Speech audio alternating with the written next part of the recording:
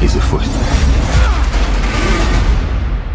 Por fin está aquí House of Dragon, la nueva serie del universo de Canción de Hielo y Fuego del padre George R.R. Martin. Intrigas, complots de palacio y por supuesto, dragones. Aunque lo de menos sean los dragones. Si por algo se caracteriza este pedazo de universo es por la creación de unos personajes tremendamente complejos a nivel psicológico, con una escala de grises y actuaciones tanto buenas como malas. La mayoría de estos personajes cuentan con un contexto muy complejo y oscuro que nos permite hablar de temas realmente interesantes a nivel psicológico. Y hoy, mis queridos chicos, nos toca hablar de Daemon Targaryen, el príncipe canalla. Seguramente estaremos de acuerdo que Daemon Targaryen es un personaje con el que seguramente tendremos que andar con mucho cuidado. Un personaje astuto, calculador y, por si te quedaba alguna duda, muy real. Veamos qué nos cuenta su pasado. El príncipe Daemon Targaryen fue el segundo hijo del príncipe Baelon Targaryen y de su hermana esposa, la princesa Alyssa Targaryen. El hermano del rey Viserys Targaryen fue el jinete del temible dragón Caraxes, tal y como nos ha presentado el primer episodio de House of the Dragon. Sabemos que su infancia no fue precisamente agradable. La pérdida de su madre tras un difícil parto y de su hermano Aegon medio año después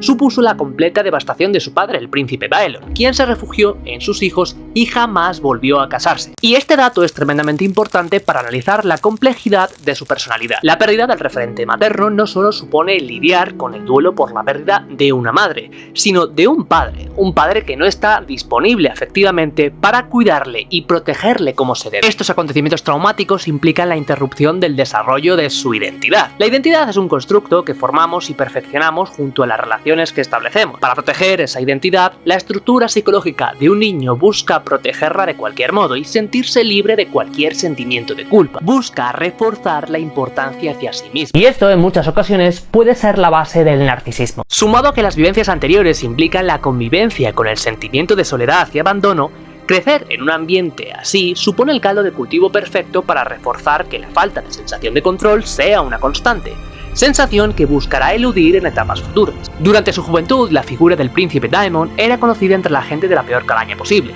ladrones, jugadores y prostitutas del lecho de pulgas. En el año 97, después de la conquista, se casó con Lady Rhea Royce, a pesar de que no era de su agrado. De hecho, Daemon se refería a su esposa como la zorra de bronce, muestra de su incapacidad afectiva. Años más tarde, cuando acudió a su hermano para pedirle la nulidad de su matrimonio, el rey se negó. Se le permitió, eso sí, formar parte del consejo privado, a pesar de que la continua apatía durante las sesiones y la rivalidad que mantenía con Otto Hightower provocaron que abandonase su cargo. ¿Y no te has fijado que hay cosas que se repiten? La adolescencia es un periodo donde cobran importancia las relaciones con nuestros iguales. Los grupos de los que formamos parte durante este periodo nos ofrecen mucha información sobre nosotros mismos. Permanecer en lugares de bajo estatus o de pocas aspiraciones generalmente supone estar con gente que apenas tiene motivaciones o intereses. Daemon ocupaba de esta forma una posición que le permitía reforzar su autoestima compartiendo momentos con gente que se veía peor que él. Los datos que tenemos sobre Daemon nos permiten hipotetizar que la baja autoestima es uno de sus talones de Aquiles y que buscará, en base a ocupar posiciones de poder, un reforzamiento de su propio estatus. Por eso se aburría tanto en las sesiones del consejo privado y por eso, una vez que ocupó el puesto de comandante de la Guardia Real, se vio tan reforzado.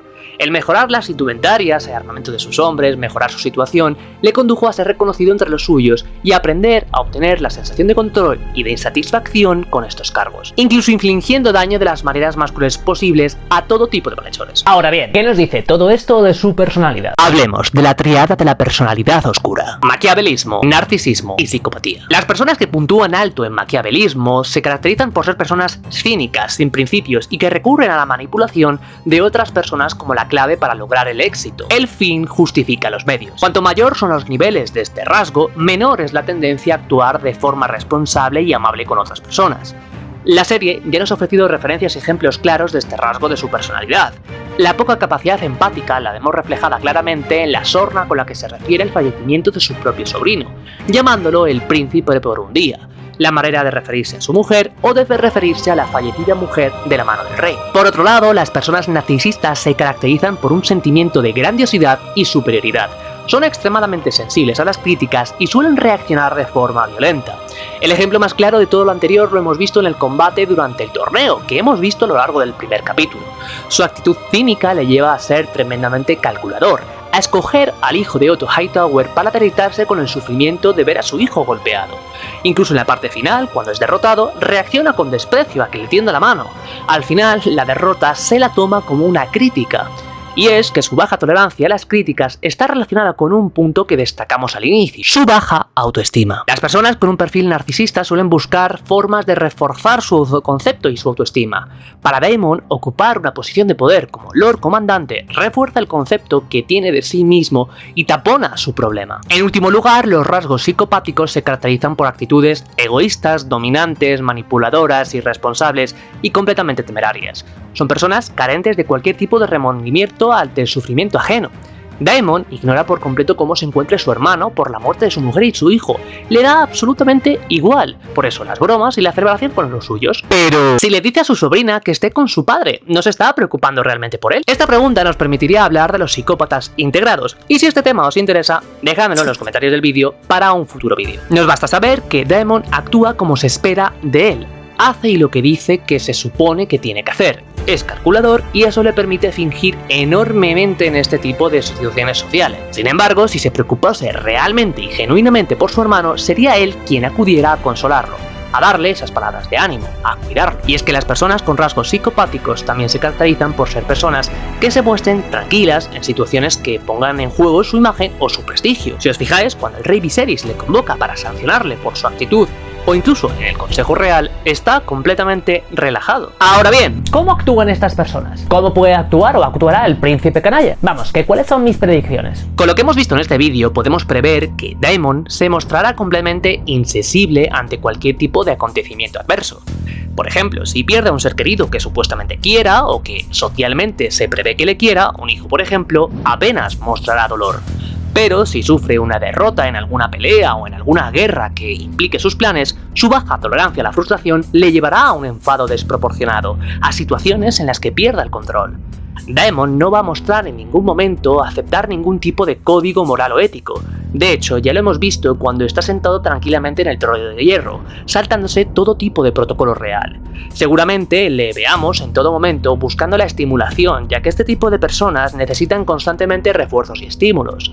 Algo que ya sabemos, porque le aburría estar en ese consejo. Él necesitaba estar en primera línea. Sobra decir que la promiscuidad, el que le dé igual las relaciones afectivas o cualquier tipo de remordimientos, hará acto de presencia. Le veremos tomar decisiones y acciones que, moralmente hablando, sean de la peor calaña posible. Y lo más terrorífico de todo esto es que personas así existen realmente. El campo empresarial o la política es el caldo de cultivo para este tipo de perfiles de personalidad.